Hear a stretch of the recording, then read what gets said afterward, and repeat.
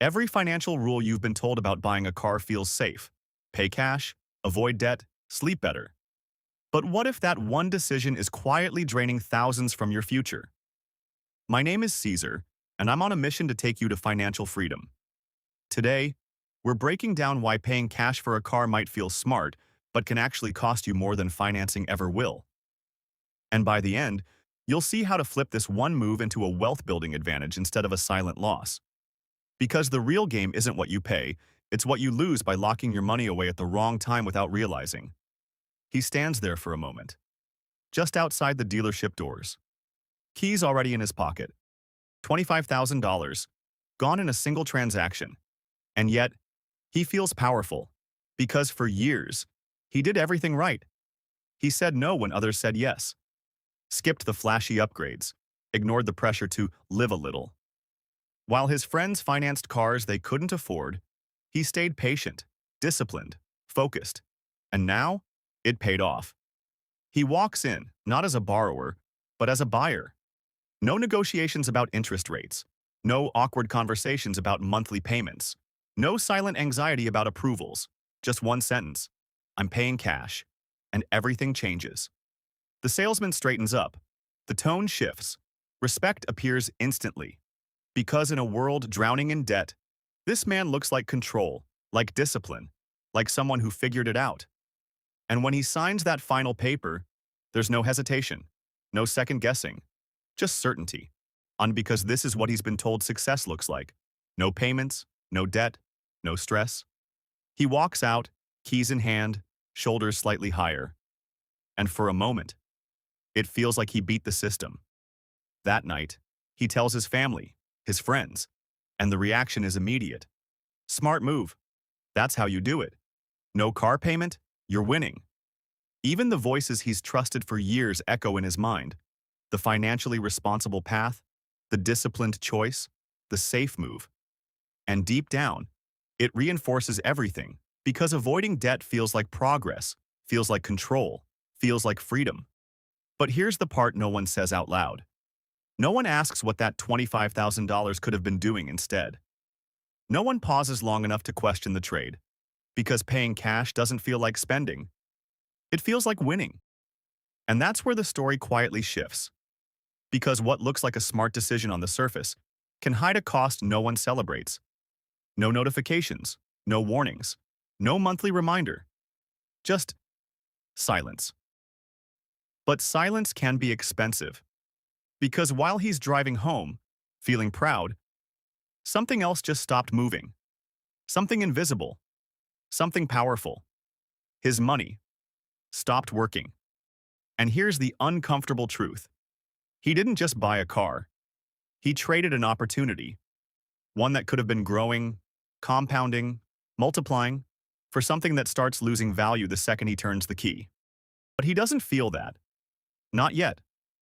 Because right now, everything still feels right. The approval, the certainty, the validation. And that's what makes this decision so dangerous. Not because it looks wrong, but because it looks perfect. Until you see what it's really costing you. He drives off the lot feeling in control. No payments, no debt, no pressure. Everything about the decision feels right. But zoom out for a second. Because what just happened isn't just a purchase, it's a trade. On one side, a car.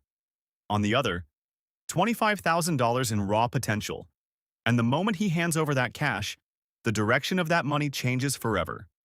Before this moment, that $25,000 had options. It could have been invested, multiplied, positioned to grow quietly in the background. Now, it's locked. Trapped inside something that starts losing value immediately. That's the part no one explains clearly. A car doesn't just sit there, it depreciates. Every day, every mile, every year. So while he feels like he made a safe decision, his money just entered a system designed to shrink it. Now imagine a different path. Same $25,000. But instead of being locked into metal, it's placed into motion. Maybe it's in an index fund. Maybe it's in a small business. Maybe it's fueling something that generates cash every single month. Now the story changes. Because money in motion behaves differently. It compounds. It builds on itself. It starts small, then quietly accelerates. Year 1, it looks insignificant. Year 3, it becomes noticeable. Year 5, it starts to feel powerful. And by year 10, it's no longer the same $25,000. It's something bigger, something that works even when you don't. Now hold both images in your mind. One man driving a car that's worth less every year. Another watching his money grow without touching it. Same starting point, completely different outcomes. And here's where it gets uncomfortable. Because the real loss isn't just the money, it's time. Time is what gives money its power. Take that away, and you don't just slow growth, you destroy it. That $25,000 didn't just disappear. It lost its ability to multiply, to stack on itself, to create more opportunities down the line. And here's the part most people never confront. You didn't just buy a car, you killed future money. Not all of it, but enough to matter. Enough to change what your next 5 to 10 years could look like. And the hardest part? There's no notification for that loss. No alert telling you what could have been. Just silence. Because everything still feels responsible, still feels disciplined, still feels safe. But safety, when misunderstood, comes with a cost. Because avoiding risk doesn't mean avoiding loss. Sometimes it guarantees it. And that's the shift most people never make. They think the goal is to eliminate payments, when the real game is making sure your money is always working harder than you are. Because the moment it stops, you start falling behind. Quietly, gradually, then all at once. At first glance, the decision makes perfect sense. Avoid debt. Stay in control. Play it safe. That's the formula most people are taught. And to be fair, it protects you from obvious mistakes. It keeps you from drowning in bad decisions. It shields you from high-interest traps. It creates a sense of discipline. But here's the problem no one points out. That same mindset can quietly cap your growth. Because underneath the logic, there's something deeper driving it. Fear. Not loud fear. Not panic. But a subtle, constant resistance to anything that feels uncertain. Debt feels dangerous. Obligations feel heavy. Leverage feels like risk. So the instinct is simple. Avoid it all. Stay clean. Stay safe. Stay in control. And emotionally, that feels like the right move. But wealth doesn't respond to emotion. It responds to structure, to strategy, to how effectively you use what you have. And this is where the gap begins. Because while one group is avoiding debt entirely, another group is using it intentionally, not recklessly, not emotionally, strategically. They don't ask, is debt bad? They ask, what is this debt doing for me? Is it producing income? Is it freeing up capital? Is it allowing my money to grow somewhere else? If the answer is yes, they move. If the answer is no, they walk away. That's the difference. Same tool, different mindset. And that's why two people can earn the same income and end up in completely different financial realities. One focuses on eliminating payments. The other focuses on maximizing opportunity. Now here's where it gets uncomfortable. Because this isn't just about money, it's about identity. The middle class is wired to value security, stability, predictability. And there's nothing wrong with that until it becomes the only lens you see through.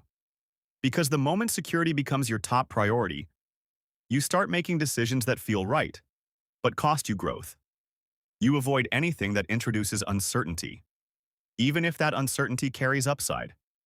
You choose guaranteed comfort over calculated expansion. And over time, that compounds, not into wealth, but into limitation. So the question shifts. Not, is this safe? But something far more honest. Are you trying to feel secure? Or are you trying to build wealth? Because those two goals don't always align. One prioritizes certainty, the other requires calculated risk. Loan avoids discomfort. The other uses it. And if you don't recognize that difference, you'll keep making decisions that feel responsible, while quietly holding yourself in place. That's the trap. Not lack of effort. Not lack of discipline. but a belief system that was designed to protect you, now preventing you from advancing. And the longer you stay in that loop, the harder it becomes to break out of it. Because comfort, over time, starts to feel like success, even when it isn't. Now step back, because this isn't about telling you to chase debt or avoid it blindly. It's about control, but real control. The kind that doesn't just feel good today, but puts you in a stronger position tomorrow. So what does that actually look like? It starts with a shift. Instead of asking, how do I eliminate this payment? You ask, how do I keep my money working while I own this car? That question changes everything. Because now, the goal isn't just ownership, it's efficiency. Let's walk through it simply. Same $25,000. You could hand it over, and it disappears into a depreciating asset. Or, you finance the car at a low interest rate, let's say 4% to 6%. Nothing extreme, nothing reckless, just controlled, intentional financing. Now your cash stays with you, available, flexible, working. That same $25,000 can now be invested, and maybe in broad index funds, maybe in something that generates income, maybe in opportunities that didn't exist when your money was locked away. And here's where the math starts telling a different story. If your financing costs you 5%, but your money is earning 8% to 10%, you're not losing. You're creating spread, a gap where your money grows faster than your debt costs you. And over time, that gap compounds. Quietly, consistently, powerfully. Now zoom out again. You still have the car, you're still making payments, but your capital is alive, moving, expanding, instead of shrinking. And that's the real shift, because wealth isn't built by eliminating every payment. It's built by making sure your money is always doing something productive. Now here's the part most people overlook. Flexibility. When you pay cash, your options disappear. That money is gone, locked into something you can't easily access without selling. But when you keep your cash, you keep your leverage. Opportunities show up, and you're ready. Emergencies happen, and you're covered. Markets shift, and you can move. That's power. Not just the ability to buy something, but the ability to respond when life changes. And life always changes, so the goal isn't to avoid payments at all costs. The goal is to make sure those payments don't cost you your future. Because there's a difference between being debt-free and being strategically positioned. One feels safe, the other builds momentum. And if you understand that difference, you stop playing defense with your money. You start playing offense. You stop asking, how do I get rid of this? And start asking, how do I make this work for me? Because the truth is simple. The car was never the problem. The strategy was. And once you see it clearly, you don't go back. You don't rush to wipe out payments.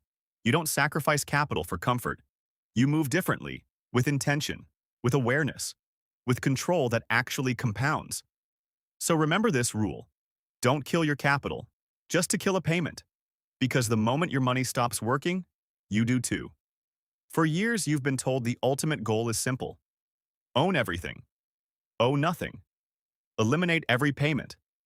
And on the surface, that sounds like freedom. But look closer. Because what if that version of freedom is actually limiting you? What if the real game isn't about having zero payments, but reaching a point where payments don't matter? That's a different level entirely. Picture this.